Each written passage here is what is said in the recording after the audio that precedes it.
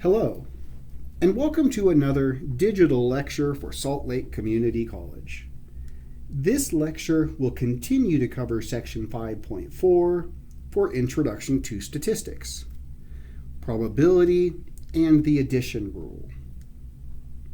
There are a few definitions and formulas in this section that we would like to feel comfortable with. The first is the general addition rule. Now, you may recall that we presented the addition rule for disjoint events in our last video, which applied to events that could not happen at the same time.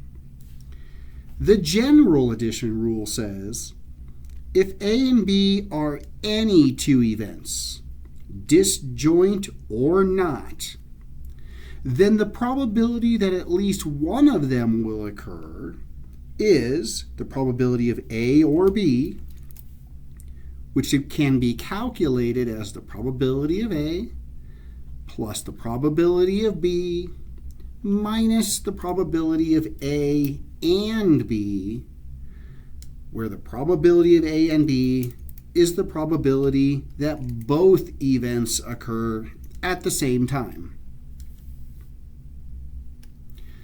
Now, if our events were disjoint, then A and B could not happen at the same time.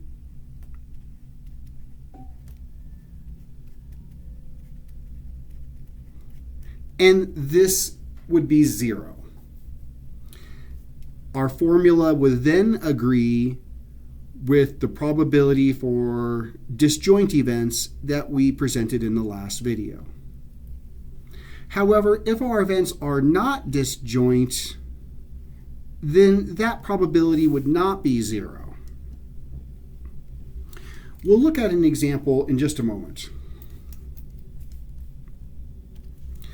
It's also important to understand that when we write the word or in statistics, what we really mean is and or, unless we explicitly state otherwise. Thus, the wording A or B occurs really means that A can occur, B can occur, or both A and B can occur at the exact same time. Again, we'll look at some examples in a moment. We also want to define the term sample space. Your sample space is the set of all possible outcomes in your random process. And lastly, the complement. The complement of an event A is denoted AC, where the C is a superscript in the upper right-hand corner. A complement represents all the outcomes that are not in event A. Notice that A and its complement are mathematically related. The probability of A plus the probability of its complement will always equal 1.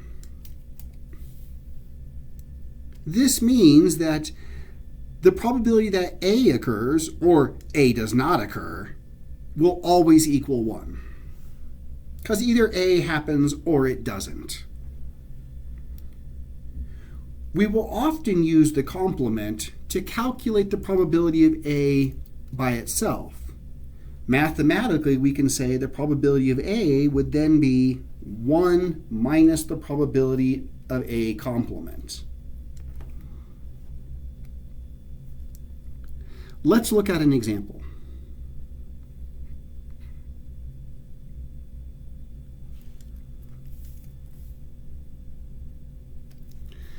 A December 2010 survey asked 500 Los Angeles residents their age and which shipping carrier they prefer to use for shipping holiday gifts.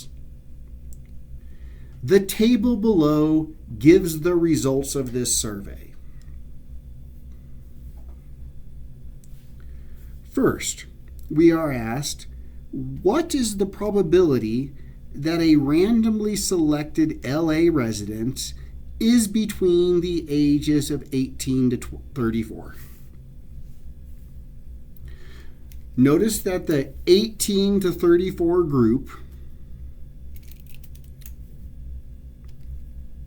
is represented here.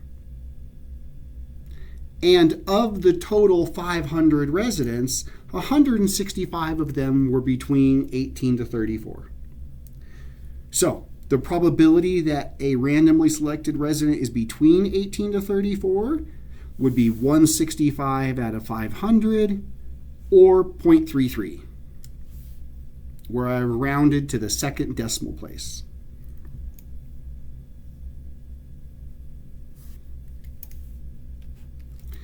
Second question. What is the probability that a randomly selected LA resident does not prefer to use USPS? There are two ways we could calculate that a randomly selected resident does not prefer USPS.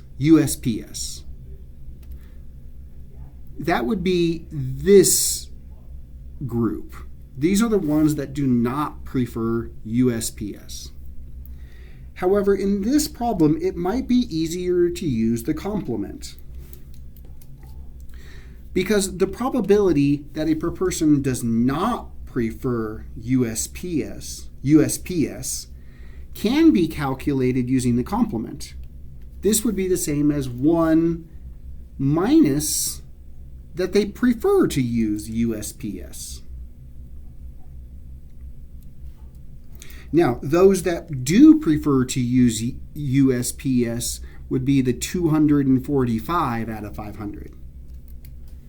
So our probability could be calculated as 1 minus the 245 out of 500, which would be 0.51.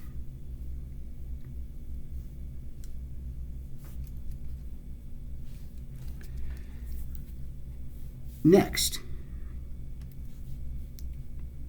what is the probability that a randomly selected LA resident prefers to use UPS or FedEx?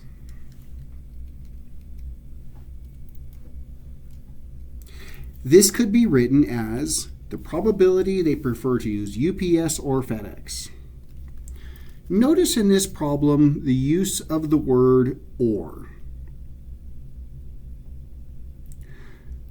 When we see this word or, we should be thinking addition rule. And remember, there are two forms of the addition rule, depending on whether our events are disjoint or not. Here, we would like to notice that the events of being a UPS preferred user or a FedEx preferred user are disjoint, since they cannot happen at the same time. Because they cannot happen at the same time, we can use the addition rule for disjoint events, which states that the probability that you prefer UPS or FedEx can be calculated as the probability that you prefer UPS plus the probability that you prefer FedEx. Now, those that prefer UPS, well, that was the 162 out of 500. And those that prefer FedEx were the 64 out of 500. So our probability could be written as the sum of these two probabilities, which is equal to 0.452.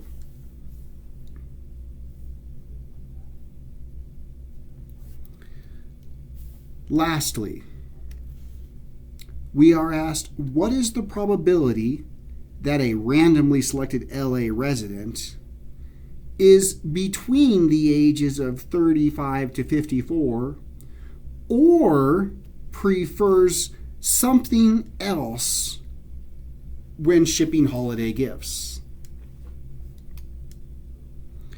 Now, using probability notation, we can write this as the probability that you're between 35 to 54 or you prefer something else.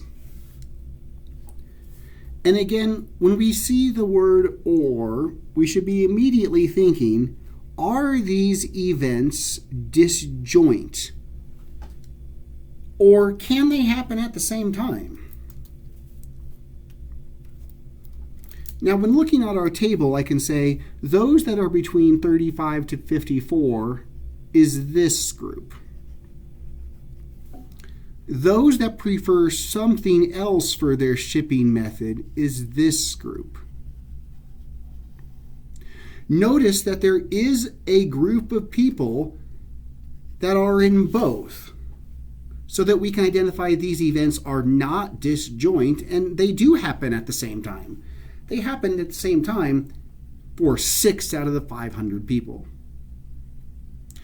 So because these are not disjoint, we will use our general addition rule, which states the probability that you're between 35 to 54 or you prefer something else could be written as the probability that you're between 35 to 54 plus the probability that you prefer something else minus the probability that you're between 35 to 54 and you prefer something else.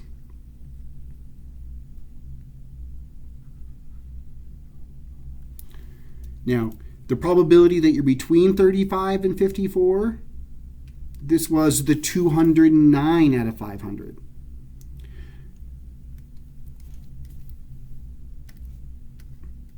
The probability that you prefer something else, that was the 16 out of the 500. Minus those that got counted twice. They were both probability, or the between 35 and 54, and they preferred something else, was the 6 out of 500, which comes out to be approximately 0.438. This about covers all the definitions for section 5.4 that I wanted to cover. If you have further questions, be sure to review the example videos that follow or ask your instructor.